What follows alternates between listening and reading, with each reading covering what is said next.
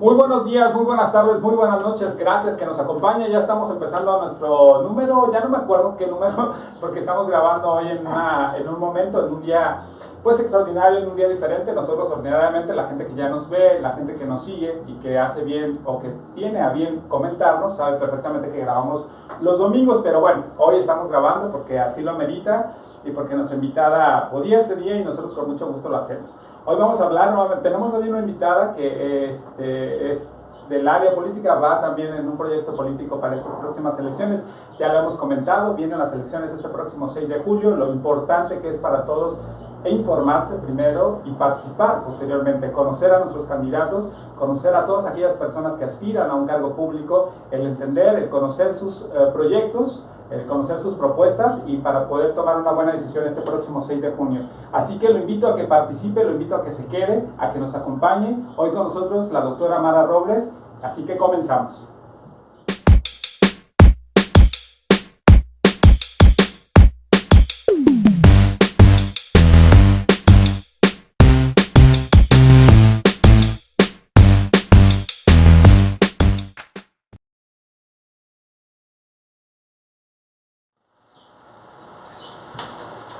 Pues ya le dije, Mara Robles está con nosotros. Doctora, muy buenas tardes. Buenas tardes, estoy ¿Cómo está? encantada. Me da mucho gusto que esté aquí con nosotros, Mara, porque yo, aunque no lo crea, ya la conocía, ya lo ubicaba de otras cosas, ya tuve la oportunidad de comentarlo antes de empezar a grabar. Y pues sí siento como cierto orgullo y siento cierta satisfacción que esté aquí con nosotros. Bienvenida. Muchas gracias, Oscar. La honrada soy yo, al contrario, me conmueve que digas eso. Y yo estoy encantada. Te acababa de comentar y lo digo al aire, que este programa me parece mucho más divertido que algunos a los que uno de repente va muy tenso y preocupado. Y aquí me siento como en casa. Muchas Ojalá, gracias. Qué bueno que se sienta a gusto. Mara, normalmente acostumbramos a que nuestro invitado se presente, que nos diga quién es usted, de dónde viene, qué estudió, a qué se dedica, todo lo que usted cree necesario que la gente deba de saber sobre usted. Muy bien, con mucho gusto. Bueno, mira, yo me llamo Mara Robles, tengo 51 años y no me quito los años, porque en este país, sinceramente, estar viva es un privilegio. Hoy me duele el alma, simplemente de pensar en recordar el terrible dolor de esa madre y de ese padre que hace 2 días recibieron la terrible noticia de que habían asesinado a sus 3 hijos. De tal manera que cuando uno tiene el privilegio de estar vivo, tiene que celebrar cada minuto que tiene en esta tierra. Entonces, bueno, a mis 51 años soy maestra de economía de la Universidad de Guadalajara, doy la clase de introducción a la economía en la carrera de Relaciones Internacionales del Centro Universitario de Ciencias Sociales y Humanidades. Ah, yo pensé que del CUSEA, dije, es no, pues... es que estudié en CUSEA, porque yo estudié economía, cuando no había nada. Tierra de dioses, de grandes. Eso. De buenos egresados. No, yo soy egresado de ahí, por eso lo digo. Pero pero además, ahí fue rector nada menos que Tonatiuh, que es ahora nuestro candidato. Que ya lo hemos queremos invitarlo, ojalá y pueda algún día venir. Lo voy a convencer. Ya dijo. Porque además, si ustedes conocieron antes de Tonatiuh, CUSEA y después, van a ver que está precioso, lleno de árboles, con internet, con auditorios increíbles. Así que así como dejó CUSEA, va a dejar Guadalajara si gana. Es el centro universitario, no quiero sonar soberbio por ser egresado de ahí, pero siento que es el centro universitario el mejor de la red universitaria. Momento, porque Cualtos, de donde yo fui rectora, también tiene lo suyo. Sí, claro. Y de hecho Cualtos... Me acuerdo que decían en aquel momento un mural y todo que No, Cualtos es una obra de arte que hizo Fernando González Gortázar. Realmente debe ser reconocido patrimonio de la humanidad. Sí. Bueno, precisamente fui rectora de Cualtos antes de ser diputada local. Y antes había sido secretaria de Educación en el gobierno de la Ciudad de México. Y eso me llena de satisfacción porque somos muy pocos los jaliscienses y todavía menos las mujeres tapatías que hemos llegado a ocupar un cargo tan importante en un gabinete de la capital. Y eso pues no es que yo hiciera algo extraordinario, es que precisamente la educación que recibí en la Universidad de Guadalajara, en la licenciatura de Economía, la educación que recibí en la UNAM, en la maestría en Ciencias Políticas, la educación que luego recibí en mi doctorado en la Universidad de Oviedo en España, pues me dio elementos para decir que si uno tiene un proyecto educativo que realmente incluye a los niños y que no solamente contempla las materias básicas, sino la música, el teatro, el canto, la pintura, entonces puedes hacer una educación integral para la vida. Entonces, bueno, por andar proponiendo eso, ándale que me nombraron secretaria de Educación. Entonces, bueno, todo mi mundo ha sido el mundo educativo. A mí lo que me parece más importante es que la educación, la cultura y el deporte sean las virtudes que acompañen a los seres humanos y que son derechos universales que en nuestro país tienen un cierto lugar, pero que no están suficientemente expandidos y no son de suficiente calidad como para que mejore todo nuestro desarrollo. Entre más educación, entre más cultura y entre más deporte tengas, tu gente se vuelve mucho más sana, mucho más amorosa, mucho más capaz para lograr la igualdad entre nosotros. O sea, lo que es terrible, además de la violencia, es que haya tanta desigualdad. O sea, que haya una Guadalajara de la calzada para allá y otra Guadalajara de la calzada para acá. Eso no puede ser. ¿Qué no se supone que todos deberíamos de ser iguales ante los ojos de Dios? Pues el gobierno no les hace ningún favor y lo que hace es ahondar esas diferencias. Entonces, lo que yo he querido siempre, pero desde bien chiquita, era precisamente trabajar para tener una sociedad mejor. Por eso te digo que mi papá me mandaba a toda clase de cursos, a ver si pegaba su chicle, pero no resulté ni cantante, ni música, ni actriz, pero sí me quedó una honda huella de compromiso social. ¿Y cómo llegó a la política entonces? De aquí se fue a la Ciudad de México a estudiar a la UNAM y ahí estudió la maestría en Ciencias Políticas. No, ahí te va. Bueno, sí, pero fue antes. A ver, yo estudié primaria en la escuela urbana número 45 Laura Podaca, en Vidrio y Pavo, porque vivíamos ahí muy cerca, en la Pila Moderna. Ajá, sí. A una cuadrita de Washington, de las vías por aquel barrio, exacto. Ahí, aunque nací en la clínica 3 del Seguro Social, aquí en el límite del Centro Médico en Belisario Domínguez, vivíamos ahí por donde está el expiatorio, más o menos. Y luego la secundaria la hice en la secundaria 7 para señoritas, en Garibaldi y Contreras, Medellín. Luego hice la prepa en la prepa 7 de la Universidad de Guadalajara, y luego ya estudié economía en lo que ahora es CUSEA. Todo educación pública. Siempre educación pública. En primer lugar, porque para nosotros era un orgullo. O sea, en mi familia, todos hemos sido de escuela pública y universitarios. Y claro, también para decirlo honestamente, porque éramos 7 hermanos, ni de broma alcanzaría dinero para la educación privada, pero ni queríamos. O sea, al contrario, para mi familia ser de universidad pública, de escuela pública, era un orgullo. Imagínate, mi papá estudió en un internado para hijos de trabajadores que fundó Lázaro Cárdenas. Entonces, no, mi familia siempre ha sido de revolucionarios, de la educación pública, de la salud pública, en fin. Entonces, bueno, terminé la carrera y fui la primera mujer candidata a presidenta de los estudiantes de la universidad. O sea, yo fui fundadora de la FEU, de la Federación de Estudiantes Universitarios, hace 30 años, Oscar. ¿Y eso no le ha traído problemas? Parece que fallé. No, hombre, al contrario, es un orgullo, porque luchar por los derechos de los estudiantes es algo muy importante. Y acuérdate que nosotros, precisamente, rompimos con la FEG, que era una organización que tenía mucho pistolerismo y que hacía muchas atrocidades. Entonces, justamente mi lema de campaña eran elecciones limpias, libres y sin violencia. Entonces nosotros fuimos los que democratizamos la Federación de Estudiantes Universitarios y éramos además bastante estudiosos, éramos muy nerds. Entonces decíamos, ser dirigente estudiantil no quiere decir flojo ni que te regalen las calificaciones, ni de broma.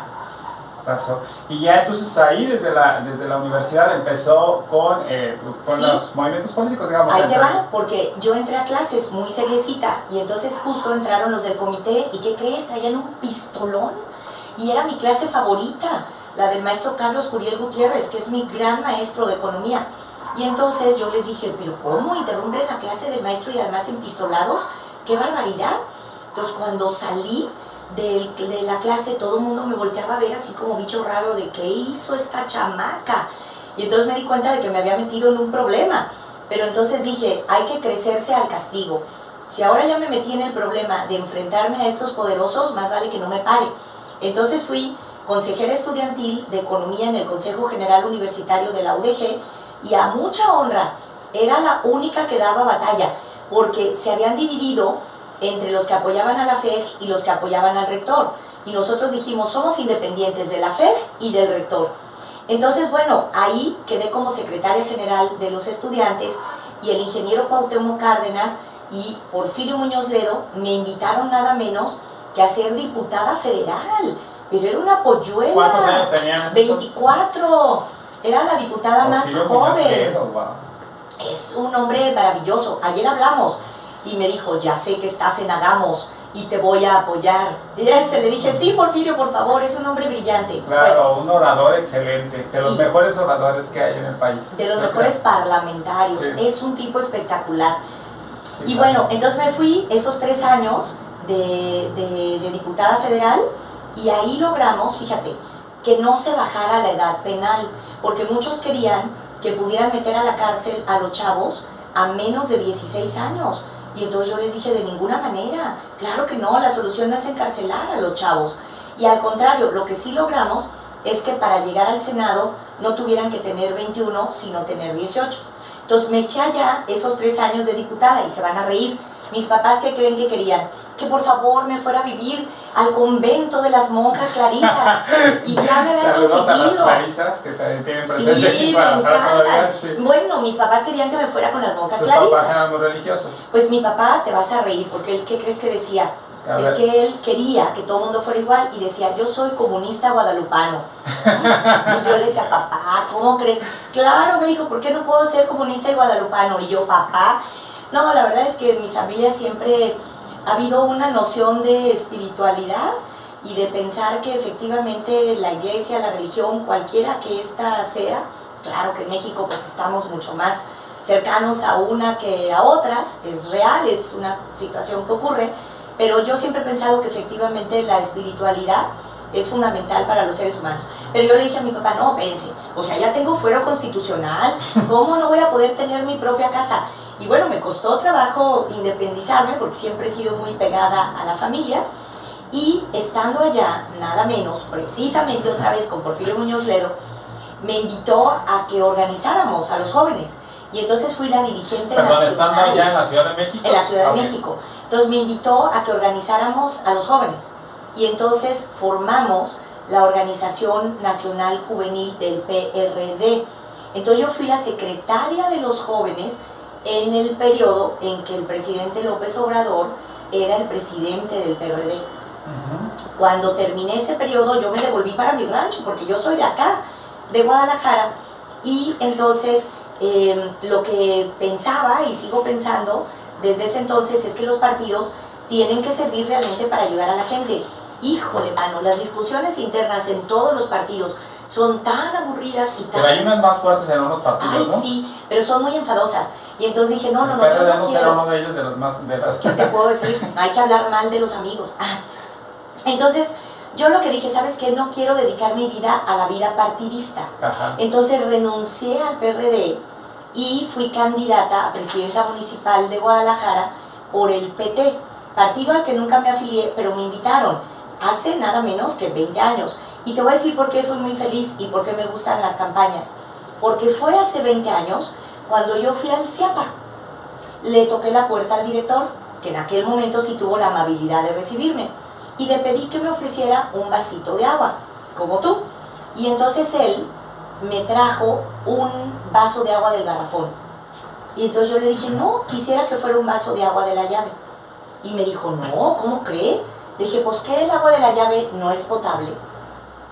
Y entonces el pobre sudaba y temblaba. Y entonces yo le dije, porque si no es potable, entonces ¿por qué no se la cobran como potable? Pues el pobre hombre le dio un besito al vaso de agua sudando y temblando y le dije, ahí está el problema, que si nadie podemos tomar agua de la llave, no nos la vendan como potable, porque ustedes nos obligan a pagar doble el agua, a pagar el agua de la llave y a comprar agua de garrafón. Entonces o le quitan lo de potable al CIAPA y no nos la cobran como potable, o entonces podemos tomar agua de la llave. Hace 20 años, Oscar, por eso me duele en el corazón que hace unas semanas fui otra vez a ver al director del CIAPA para preguntarle por qué no había agua en Guadalajara. Ahora no tuvo la amabilidad de recibirme, no estaba. Y entonces pedí un vaso de agua, ahora me ofrecieron peor, una botellita de plástico, ya no conformes con los garrafones, ahora botellitas contaminantes de plástico. Les dije, no, quiero un vaso de agua de la llave. Y otra vez me dijeron, no, diputada, el agua de la llave no se puede tomar. Le dije, ¿y entonces por qué no la cobras como potable? Entonces lo que hice fue arrancarme a la Comisión de Derechos Humanos y poner una queja, porque se viola nuestro derecho humano al agua. Pero bueno, esto salió porque de dónde. Entonces ahí renuncié ya a la vida partidista y dije, eso no quiere decir que no haga política y eso no quiere decir que no haga vida pública. Entonces, igual que tú, tenía un programa en ese entonces de radio y daba las noticias nada menos que en Radio Universidad de Guadalajara. Ah, mire qué bien. Entonces yo me levantaba a las 4:30 de la mañana y a esa hora desayunaba 2 huevos, frijolitos, tortillas, café con leche, vaso de leche y jugo de naranja a las 4:30 de la mañana. Y como lechera salía a esas horas. Hay un mundo a esas horas, obscura la mañana. Y llegaba súper temprano a la redacción de la radio y primero yo no era la locutora, no voy a decir el nombre, pero mi trabajo era ir a despertar al locutor porque siempre llegaba tarde. Dice que hace 20 años podemos más o menos imaginar. No diga. Y entonces un día que no llegó, que de plano no se levantó, Margarita Sierra, que había sido directora de la FIL, dijo, pues tú sabes leer, ¿verdad? Le digo, eso espero. Entonces me dijo, pues vas a leer las noticias. Y yo, pero ¿cómo crees? Las vas a leer para que ese chamaco aprenda que no nos puede hacer eso. Y ahí me quedé más de 2 años, ahora sí de conductora de noticias de Radio Universidad.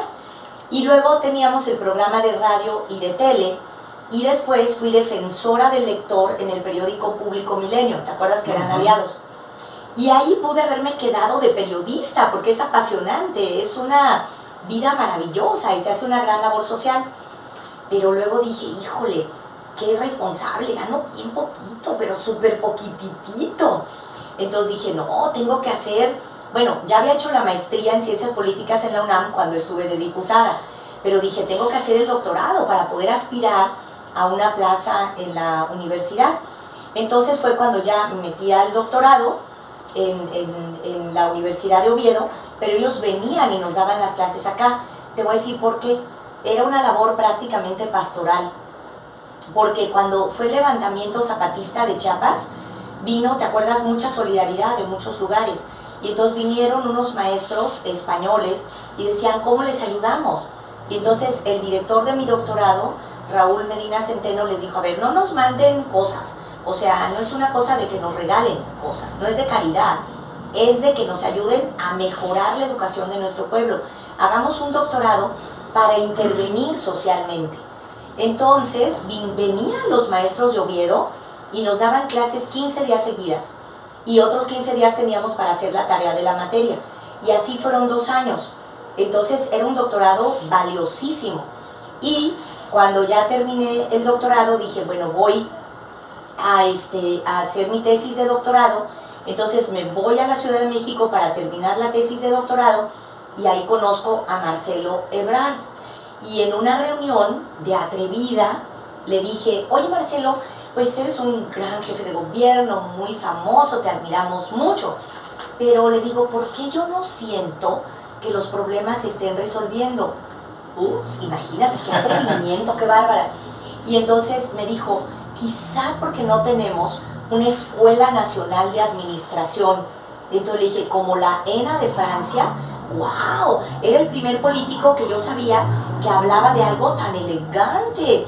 O sea, en Francia forman a los servidores públicos para que sean los más capaces, para que sean los más preparados. Nada de que unos compas ahí, nada de la cuota de campaña, nada de los parientes, los mejores. Entonces ya me dijo, yo estudié en la ENA de Francia. Uy, le digo, pues deberíamos de hacer una aquí. Y entonces me invitó. Me dijo, pues no creo que tengas algo más importante que hacer que trabajar con el jefe de gobierno.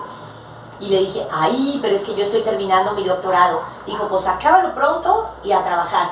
Entonces acabé mi doctorado y efectivamente me tocó fundar la Escuela de Administración Pública, que es la primera en toda América Latina para formar servidores públicos, no burócratas malos o ladrones, sino personas eficientes que a cambio de estabilidad en su trabajo ofrezcan eficiencia y también no solo capacidad efectiva, sino también honestidad. ¿Y sigue esa escuela todavía? Sí, ¿no? sí, ¿Y se ha dado sigue. frutos? Sí, ¿Se ha salido buena administración de ahí de la escuela? Han salido grandes funcionarios públicos, e hicimos también la Ley de Servicio Civil de Carrera, es decir, para darle estabilidad a los servidores públicos y que no sientan la incertidumbre de que los van a correr en cualquier momento a los buenos, y para que también pues no se queden en el gobierno los ratones y los malos, ¿no?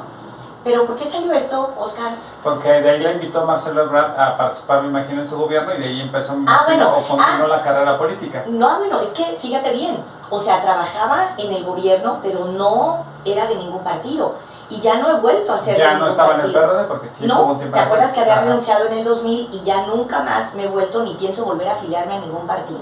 Porque sinceramente, si tú temes el tema educativo, si no eres de ningún partido, puedes tener alianzas más amplias y puedes convencer a gente del PRI, del PAN, del PRD, de Morena, del PT, del Movimiento Ciudadano, del partido que sea, de que nos unamos en torno al tema educativo. Entonces, bueno, cuando terminé el periodo de directora de la administración, de la Escuela de Administración Pública, el jefe de gobierno Miguel Ángel Mancera, ya te conté que me invitó a ser secretaria de Educación, y después otra vez, yo peleé gallo para mi rancho, yo soy de acá, o sea, me ha tocado esas oportunidades maravillosas, pero en cuanto se termina, me vengo para Guadalajara. Ahí fue donde la Universidad de Guadalajara muy generosamente me invitó a ser rectora de Cualtos, del Centro Universitario Los Altos, que está en Tepatitlán, y estaba ahí muy contenta conociendo el mundo de las gallinas, el mundo de los huevos, el mundo de la carne, el mundo de la leche. Yo nunca había conocido el mundo agrícola y el mundo de los empresarios agrícolas. Y ahí me di cuenta de que somos de los principales productores de huevo, de leche, de carne. Y yo decía, oye, con la cantidad de cosas que se producen, ¿no será que podemos acabar con el hambre en México? Entonces, hacíamos proyectos de investigación con los empresarios y con los estudiantes. Fíjate, nos regalaban más de 4,000 huevos al día. Y le dábamos 2 huevos a cada estudiante cada día en el desayuno. Cocidos, con albahaca, con romero. Regalábamos 2 huevos por estudiante y demostramos en pocos meses que mejoraba su nutrición, que bajaba el colesterol malo, que subía el colesterol bueno, que honestamente es 1000 veces mejor desayunar 2 huevos con frijolitos y una tortilla que un cereal que nomás te va a engordar. Y claro, mi abuela se reía y me decía, oh, que 2 huevos con frijolitos y tortilla es nutritivo, qué novedoso. Pero bueno, pues es que perdimos las buenas costumbres, Oscar. En fin, y en eso estaba muy contenta, en Cualtos, combatiendo la obesidad.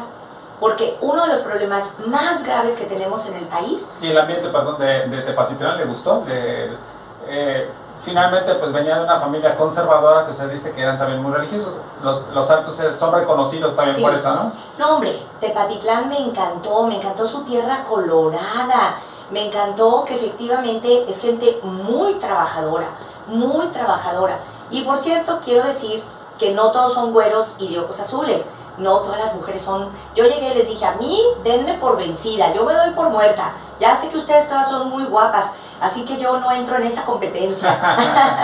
No, fui muy feliz, realmente estaba muy contenta porque me di cuenta de que la Universidad de Guadalajara realmente le abría oportunidades a la gente más pobre, a la gente que de no haber sido por la Universidad de Guadalajara nunca hubiera podido estudiar. Porque ¿con qué dinero se venían a estudiar a Guadalajara? ¿Dónde? ¿De dónde pagaban una renta? ¿De dónde pagaban la comida?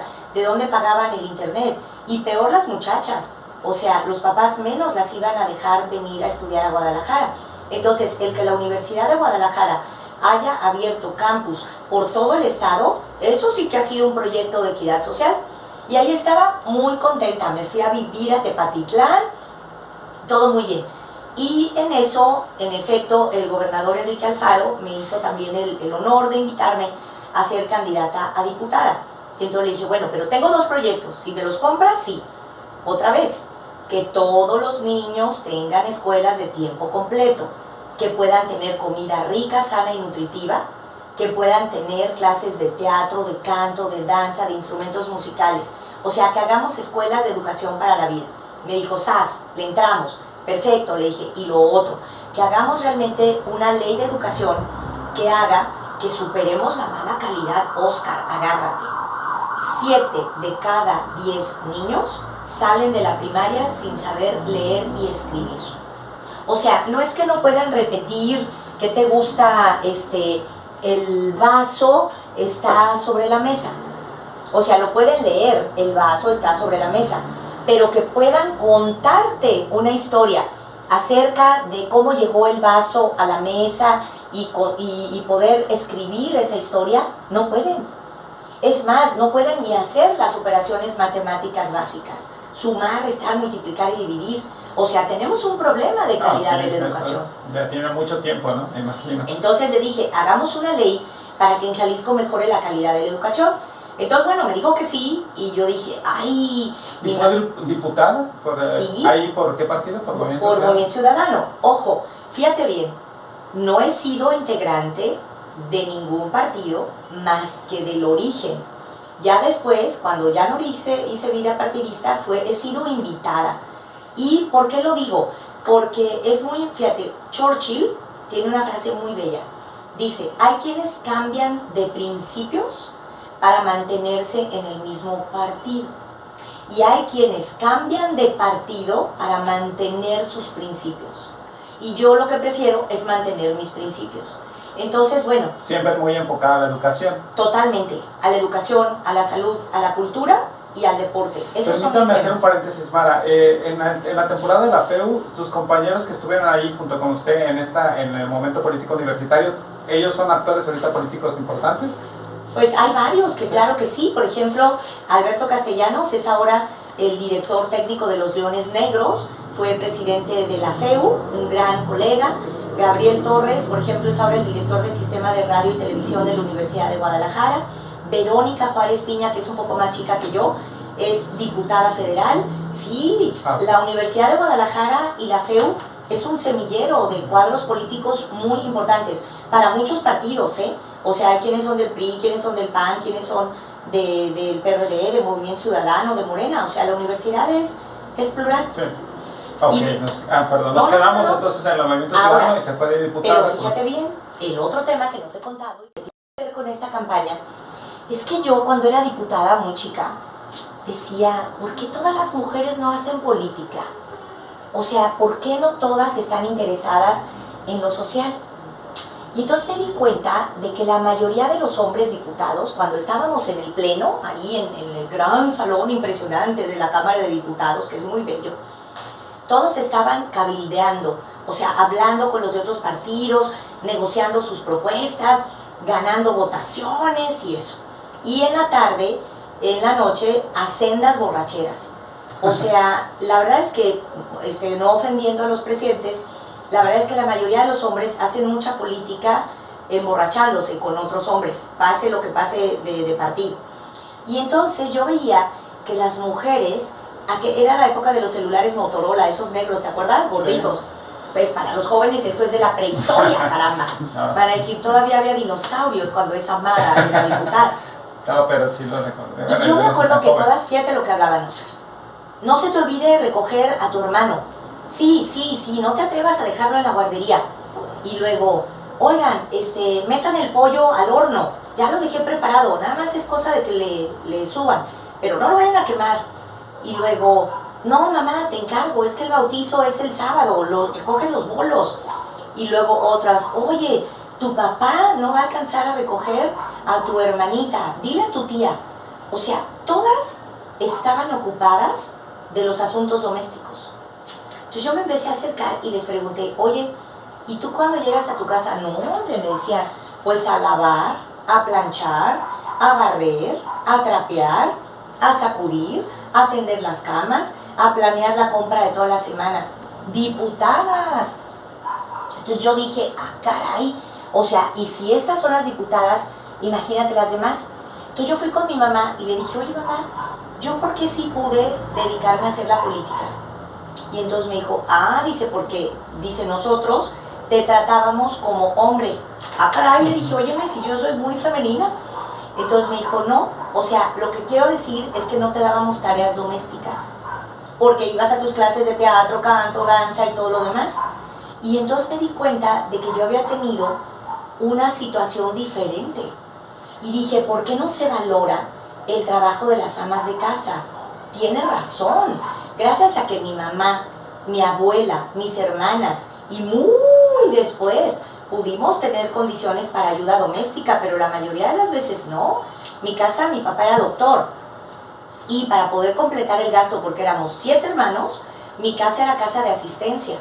Venían estudiantes de Nayarit, de Sinaloa, de Sonora, a vivir en mi casa, a recibir los alimentos para estudiar. O sea, éramos un mundo. Y mi mamá todo el tiempo estaba haciendo qué hacer. Entonces yo dije, ¿sabes qué? El trabajo de las mujeres de mi casa fue lo que nos dio tiempo a los demás para estudiar y para trabajar fuera. Entonces, la tesis de maestría que hice en la segunda maestría, en la de Flaxo, fue sobre la viabilidad del pago del trabajo doméstico de las amas de casa. Ojo, auditorio querido de Oscar, no estoy hablando de las trabajadoras domésticas, porque las trabajadoras domésticas, si trabajan en una casa, reciben un salario, ¿cierto? Y tienen un horario, y tienen un fin de la jornada, y descansan los fines de semana. Pero no, yo estoy hablando de las amas de casa, de las que son la jefa de familia, en caso de que no haya marido, y de las que son la esposa, la madre. Y entonces dije, oye, ¿y por qué no se les paga? O sea, porque si hacen ese trabajo, ¿por qué no se les paga? Entonces yo dije, tiene que haber un reconocimiento y tiene que haber una valoración de ese trabajo. Entonces me puse a estudiar y resulta que el 23% del Producto Interno Bruto, es decir, del tamaño de la economía, es el trabajo no remunerado de las amas de casa. Y yo dije, oye, esa es una explotación terrible. ¿Cómo es posible que precisamente a quien más queremos, que es la madre, cómo es posible que las personas que más amor nos brindan no reciban más que el agradecimiento simbólico? Hay que pagarles. Y a veces ni eso, man. A veces ni el agradecimiento, porque yo siento que de los trabajos menos valorados es justamente eso, porque una casa limpia la damos por hecho, o sea, nadie la reconoce, pero una cama que no está tendida, todos se echan de ver. Claro. Una comida sabrosa, nadie la reconoce, pero si le falta sal, todos. Entonces es un trabajo, yo siento también que es un asunto también cultural, ¿no? O sea, ni nosotros como hijos, como ciudadanos, como hijos, digamos, reconocemos el trabajo de doméstico. Y usted lo quiere llevar a un trabajo, a un salario para el trabajo doméstico. Exactamente. ¿Y es viable la Fíjate, claro, es lo que demostré en mis tesis de doctorado, no se me ocurrió, lo estudié 6 años. Entonces yo lo que quiero es que el trabajo doméstico de las amas de casa se valore. En primer lugar, que se valore, que se reconozca y que se pague. Ahora, ¿quién lo va a pagar? El gobierno. Porque claro, me hacen bromas los señores y me dicen, ay, así que ahora yo le voy a pagar a mi mujer si ya le doy para el chivo. Fíjate, Oscar, el chivo no es un salario. El chivo sirve para pagar la renta, para pagar la luz, el agua, la comida, los gastos de la casa. No es un salario para la familia, no hay un ingreso. Eso sirve para mantener la casa. Entonces, yo lo que quiero es que el gobierno lo pague. Y te voy a decir por qué. Porque el gobierno, muy conchudo, no hay guarderías para los niños. ¿Quién se hace cargo de los niños? La familia, las mujeres. No hay escuela de tiempo completo como la que yo sueño. ¿Quién se hace cargo de los niños a las 12 del día? Las mujeres. Y luego, no hay espacios para los adultos mayores.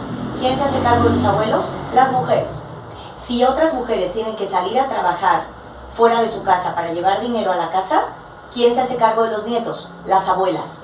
Y cuando hay enfermos, y vaya que hay enfermos, en todas nuestras colonias, Oscar, no sé si te has dado cuenta. No, claro. Hay muchos enfermos, muchísimos niños que tienen enfermedades mentales, que llegan a grandes y que en el tianguis me duele el alma ver que los tienen allí en el sol porque no hay dónde dejarlos. O sea, no hay donde reciban una atención decente. Entonces el gobierno, qué conchudo, todo ese trabajo se lo carga a la familia. Y entonces las familias salen adelante como pueden. Entonces yo lo que quiero es que ese trabajo sea pagado para que efectivamente las familias tengan un ingreso mayor, tengan la posibilidad de tener una vida más digna. ¿Y qué crees? No lo vas a creer.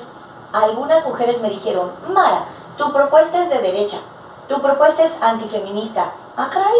Les dije, ¿por qué? Le dije, si es una propuesta a favor de las mujeres. Me dijeron, es que tú lo que quieres es que se queden en la casa. Mantener a las mujeres en la casa. Dice, y que no salgan a trabajar. A ver, momento. Le dije, el 75% del trabajo doméstico lo hacen mujeres, amas de casa.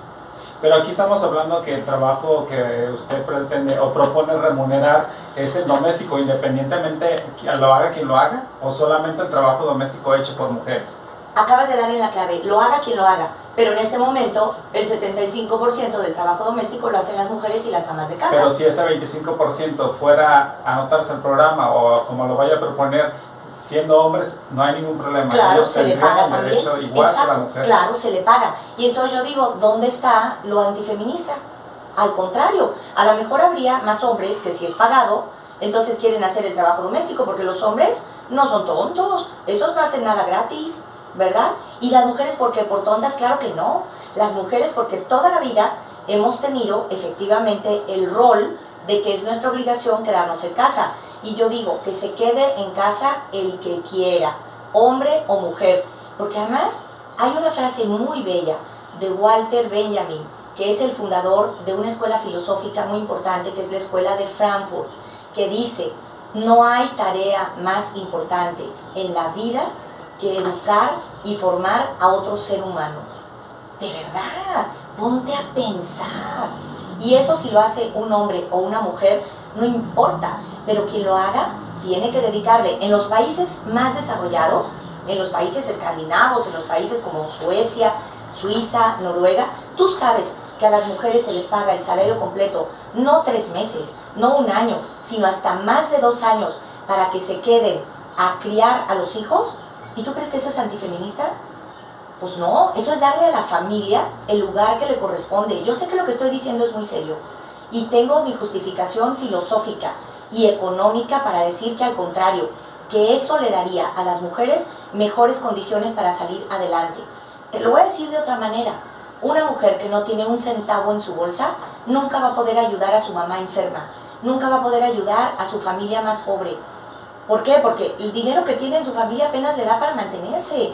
Entonces aquí se trata sí de fortalecer la educación de los hijos y de fortalecer a la familia. Y yo creo que eso no es ni de derecha ni de izquierda, eso es de humanidad. Y que entonces lo que nosotros tenemos que hacer es poner el dinero del pueblo al servicio del pueblo. Tú me preguntas si estoy de acuerdo en las becas o los apoyos para los viejitos, pues claro que estoy de acuerdo, porque no tenían de otra. Todos los que no tuvieron una pensión y una jubilación no tienen nada. Oscar, igual que tú, yo sí conozco Blatos, Huentitán, Santa Cecilia, La Federacha, la Belisario Domínguez. Aquí en el tianguis que nos encontramos vi cosas terribles, embarazos de niñas, gente muy enferma, con sus manos todas callosas, la cara quemada por el sol, gente muy pobre. Gente trabajadora aparte, claro. Muy contrario a lo que a veces se dice de los programas sociales, de que solamente es para hacer más huevona o más floja a la gente, cosa que yo tampoco estoy de acuerdo, no. Porque lo mencionas tú, Mara, vemos, la gente sale con lo que puede, con lo que tiene a salir adelante. Si tú me preguntas una palabra que defina a todas las personas del Distrito 9, te diría esfuerzo. Esfuerzo y trabajo. Sí. Se han esforzado mucho, ¿por qué no les remuneramos? Para eso está el dinero de la gente. Entonces, bueno, eso puede ser una ley y sería una maravilla. Eso haría que las cosas mejoraran. Bueno, pues yo estoy muy emocionada por intentarlo y creo que si soy diputada de nuevo, pues claro que es posible y hay dinero para hacerlo y nos tenemos que unir todos para lograrlo. Por eso nuestro partido se llama Hagamos, porque ya no nos quejemos de lo que no hicieron, ya no nos quejemos de lo que dejaron de hacer. Yo les hago de a broma y les digo que los partidos grandes son como los maridos borrachos, nunca van a cambiar. Mejor nosotras hay que cambiar, hay que hacerlo. Nosotros. Mara, la verdad está muy interesante y quisiera ahondar un poquito más en esta propuesta, pero nos están diciendo que ya tenemos muy poco tiempo, 2 minutos. ¡Qué rápido! Qué rápido. Brevemente, bueno, ¿cómo es su relación con Marcelo Ebrard? ¿Lo conoció? ¿Lo sigue tratando? Bueno, él ahorita es canciller. Ajá, y no he tenido la oportunidad de continuar viendo porque tiene mucho trabajo, pero sí mantengo una relación cordial porque me parece una persona muy valiosa. ¿Con el presidente Andrés Manuel López Obrador? Con él no he tenido la oportunidad de seguir en contacto, pero me preocupa algo. Me preocupa que quiera tener poder absoluto. Y poder absoluto solo Dios Padre. Y me parece que es muy importante que haya equilibrios. Y yo por eso quiero ser diputada, para que el contrapeso del poder legislativo, de la representación popular, le impidan a cualquier ejecutivo, al presidente, al gobernador, a quien sea, que no tenga todo el poder, porque todo el poder es muy peligroso y corrompe. Entonces los diputados tenemos que ser el equilibrio, el contrapeso, no para obstaculizar, pero para controlar y supervisar. Entonces yo, mis respetos, pero sinceramente creo que la democracia debe tener freno. Con el gobernador Enrique Alfaro. Muy buena también, de mucho respeto, pero él sabe que yo cuando estoy de acuerdo digo que sí, pero cuando no estoy de acuerdo digo que no. Con respeto, sin groserías, sin estridencias, pero yo sí soy una mujer capaz de decir que no. Y ya por último, bueno, con Miguel Ángel Mancera y con la universidad, me imagino que buena, quiero claro pensar que sí, ¿verdad? Claro que sí. Si tú me preguntas si realmente un lugar es mi alma mater, esa es la Universidad de Guadalajara. Mara, le agradezco mucho que haya estado con nosotros. La verdad yo también siento que el tiempo se fue muy rápido, no sé exactamente cuánto llevamos, pero yo creo que ya llevamos un buen tiempo. 40 minutos, muy bien. Ay, Oscar, sí, ¿cómo platicas? Le agradezco mucho, no sé si algo con lo que quiera cerrar brevemente. Bueno, que los medios comunitarios son muy importantes. Qué bueno. Que cuando uno hace comunidad a nivel de cancha, es cuando se genera el verdadero espíritu de colectividad y de comunidad.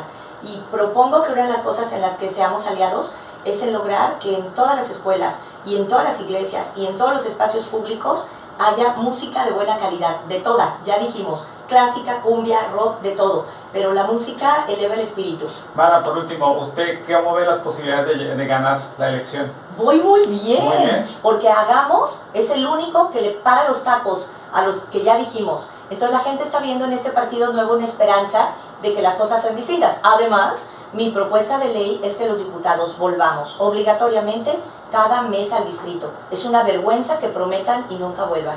Yo no estoy de ese lado. Yo sí creo que hay que estar aquí, en el territorio, en el barrio, en la colonia, no irse a las nubes. Entonces quiero entender que si usted gana, volveremos a contar con usted aquí ya como y diputada. aunque no, porque el vínculo que yo estoy estableciendo con toda la gente de todas nuestras colonias es muy profundo.